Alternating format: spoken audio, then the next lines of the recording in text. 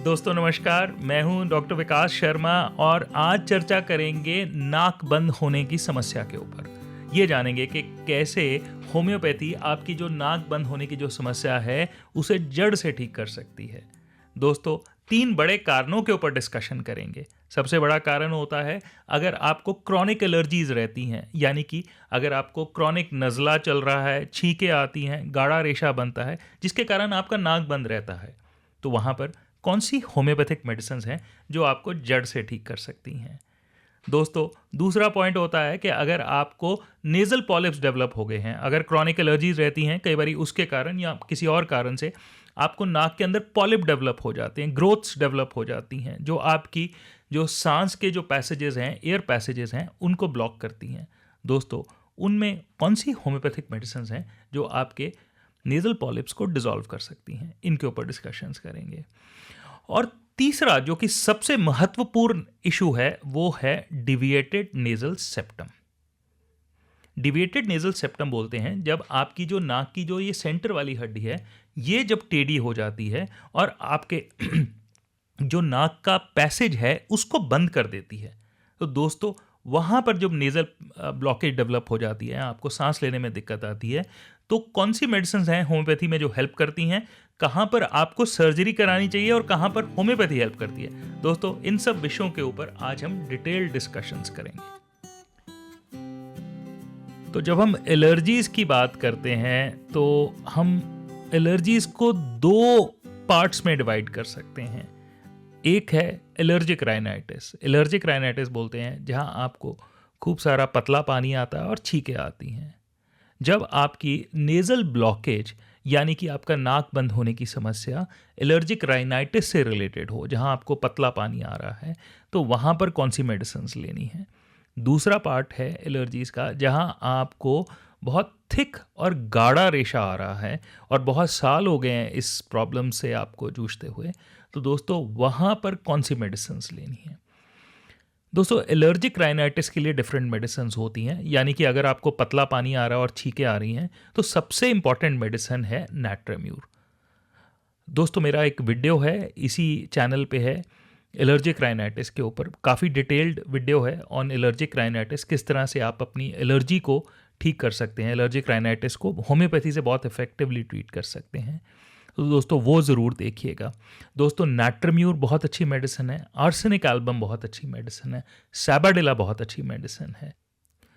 दोस्तों, ये तीनों मेडिसिन्स आप यूज़ कर सकते हैं अगर आपका नाक बंद रहता है एलर्जिक राइनाइटिस के कारण। दोस्तों, मैं इनके सिम्टम्स दोबारा से एक बारी दोहराऊंगा ताकि आपको क्लैरिटी हो जाए। अगर आपको रनिंग नोज़ है, पतला पानी आता है और छींकें आती हैं और उसके साथ साथ अगर आपका नाक बंद होता है, तो वहाँ पर आप नाट्रेम्यूर 30 या आर्सेनिक एल्बम 30 या आप सैबाडेला 30, मेरी फर्स्ट चॉइस रहेगी नाट्रेम्यूर 30। आप नाट्रेम्यूर 30 twice a day for at least 1 week आप लीजिए, उससे आपको काफ़ी रिलीफ मिलेगा छींकों में और पतले पानी में, और साथ के साथ आपकी जो नेज़ल ब्लॉकेज है जो कि आपको एलर्जिक राइनाइटिस के कारण हो रही है वो भी बेटर हो। दोस्तों, अब आते हैं थिक डिस्चार्जेस के ऊपर। अगर आपको एलर्जी के कारण आपको गाढ़ा रेशा आता है नाक से, या आपका नाक बंद रहता है और जब आप उसको ब्लो करते हैं तो खूब सारा थिक डिस्चार्जेस निकलते हैं, तो दोस्तों वहाँ पर कौन सी मेडिसिन यूज़ करनी है। दोस्तों, वहाँ पर सबसे इफेक्टिव मेडिसिन होती है कालीबाइक्रोम। और दोस्तों, अगर आपको साइनोसाइटिस के कारण ये डेवलप हो रहा है तो वहाँ पर भी कालीबाइक्रोम बहुत इफेक्टिव है। कालीबाइक्रोम आप 30 सी वंस अ डे या twice a day for 1 week या 2 वीक्स आप ले सकते हैं। दोस्तों, एक और मेडिसिन जो कि बहुत हेल्पफुल होती है नेज़ल ब्लॉकेज में, और स्पेशली अगर आपको थिक डिस्चार्जेस हैं और डिस्चार्जेस आपके गले में भी साथ में गिर रहे हैं, तो जिसे हम पोस्टीरियर नेज़ल डिस्चार्ज बोलते हैं, दोस्तों वहाँ पर हाइड्रास्टिस 30C बहुत हेल्पफुल होती है।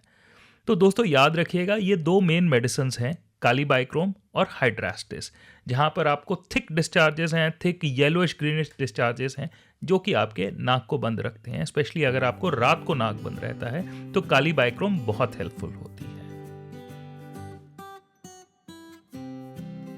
तो आइए अब चर्चा करते हैं कि अगर आपके नाक बंद होने की जो समस्या है वो पॉलिप्स के साथ रिलेटेड है, तो सबसे पहले जानते हैं कि पॉलिप्स होते क्या हैं। दोस्तों, क्रॉनिक एलर्जीज़ के कारण जो हमारी नाक की लाइनिंग होती है, जिसे हम म्यूकस लाइनिंग बोलते हैं, म्यूकस मेम्ब्रेन्स बोलते हैं, दोस्तों वो ओवरग्रो करना शुरू कर देती हैं। ओवरग्रो करके वो एक पॉलिप की शेप, एक ग्रोथ की शेप तैयार कर लेती हैं, जिसके कारण हमारा नाक कई बारी बंद होना शुरू हो जाता है। वहाँ पर होम्योपैथी बहुत इफ़ेक्टिव होती है। होम्योपैथी में मेडिसिन्स इतनी इफ़ेक्टिव होती हैं कि आपके बहुत क्रॉनिक पॉलिप्स भी उसके साथ डिज़ोल्व हो जाते हैं। दोस्तों, सबसे इफ़ेक्टिव मेडिसिन होती है पॉलिप्स को डिज़ोल्व करने के लिए लेमना माइनर। आप दोस्तों, अगर आप डिटेल्ड वीडियो देखना चाहते हैं नेज़ल पॉलिप्स के ऊपर और कौन सी होम्योपैथिक मेडिसिन्स हैं, तो मेरे इसी चैनल के ऊपर एक बहुत अच्छा वीडियो है जो कि बहुत डिटेल्ड वीडियो है होम्योपैथी और होम्योपैथिक मेडिसिन्स और नेज़ल पॉलिप्स के ऊपर। दोस्तों, सबसे इफ़ेक्टिव मेडिसिन होती है लेमना माइनर, और लेमना माइनर आप मदर टिंचर में यूज़ कर सकते हैं। दोस्तों, आप इसको दिन में 2 बारी ले सकते हैं। 5 ड्रॉप्स आधी कटोरी पानी में डाल के दिन में 2 बारी यूज़ कर सकते हैं, आप उसको पी सकते हैं। दोस्तों, लेमना माइनर कहाँ इंडिकेट होती है, किस तरह के पॉलिप्स और किस तरह की ऑब्स्ट्रक्शन में यूज़ होती है? Lemna minor one of the best medicine होती है होम्योपैथी में, और तकरीबन हर तरह के सिम्टम्स नेज़ल पॉलिप्स के वो कवर करती है। चाहे वो राइट साइडेड पॉलिप हो, चाहे वो लेफ्ट साइडेड पॉलिप हो, चाहे वो एंट्राकोनल पॉलिप्स हो, चाहे वो साइनस वाले पॉलिप्स हो, ये सब पॉलिप्स को वो ट्रीट करती है और आपकी जो नेज़ल ब्लॉकेज है उसको रिलीफ देती है।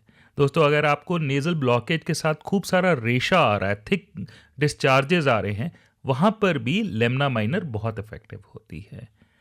दोस्तों, अगर आप लेमना माइनर यूज़ कर चुके हैं या आपने लेमना माइनर यूज़ किया और आपको रिज़ल्ट नहीं मिले हैं, तो वहाँ पर आप 2 और होम्योपैथी मेडिसिन होती हैं जो बहुत इफ़ेक्टिव होती हैं नेज़ल पॉलिप्स और उसके कारण जो ऑब्स्ट्रक्शन आ रही है उसको ट्रीट करने के लिए, और वो है सैंग्विनेरिया। सैंग्विनेरिया एक बहुत इफ़ेक्टिव मेडिसिन होती है आपके राइट साइडेड नेज़ल पॉलिप्स या right sided nasal obstruction caused by nasal polyps, उनको ट्रीट करने के लिए। तो दोस्तों, सैंग्विनेरिया आप 30 ले सकते हैं दिन में 2 बारी फॉर 1 वीक या 2 वीक्स के लिए। दोस्तों, अगर आपको लेफ़्ट साइडेड पॉलिप्स हैं और लेमना माइनर ने आपको रिलीफ नहीं दिया है, वहाँ पर आप ट्यूक्रियम यूज़ कर सकते हैं। Teucrium 30 twice a day for 2 weeks आप ले सकते हैं। तो दोस्तों, ये थी चर्चा नेज़ल पॉलिप्स के ऊपर, और मैं फिर से कहना चाहूँगा आप डिटेल्ड वीडियो देख सकते हैं मेरे चैनल के ऊपर। और दोस्तों, अब हम आते हैं डिविएटेड नेज़ल सेप्टम के ऊपर, और ये जानते हैं कि होम्योपैथी डिविएटेड नेज़ल सेप्टम को कैसे हेल्प कर सकती है, कहाँ पर आपको सर्जरी करवानी चाहिए और कहाँ पर होम्योपैथी लेनी चाहिए। डीएनएस यानी कि डिविएटेड नेज़ल सेप्टम, यानी कि हमारी नाक की हड्डी का अंदर से टेढ़ा होना। दोस्तों, बहुत केसेस में हम देखते हैं कि पेशेंट सर्जरी करवाते हैं, कुछ देर बेटर रहते हैं, पर फिर से उनकी जो नेज़ल ऑब्स्ट्रक्शन होती है, नाक बंद होना वापस आ जाता है, या उनकी जो नाक की कंप्लेंट्स आ रही होती हैं वो वापस आ जाती हैं। तो आखिरकार ऐसा क्यों होता है कि सर्जरी भी हेल्प नहीं कर पाती? देखिए, उसके पीछे सबसे बड़ा कारण ये होता है कि सर्जरी की रिक्वायरमेंट ही नहीं होती है उन केसेस में। मैं ये नहीं कह रहा हूँ कि सर्जरी कहीं पर भी रिक्वायर्ड नहीं होती है।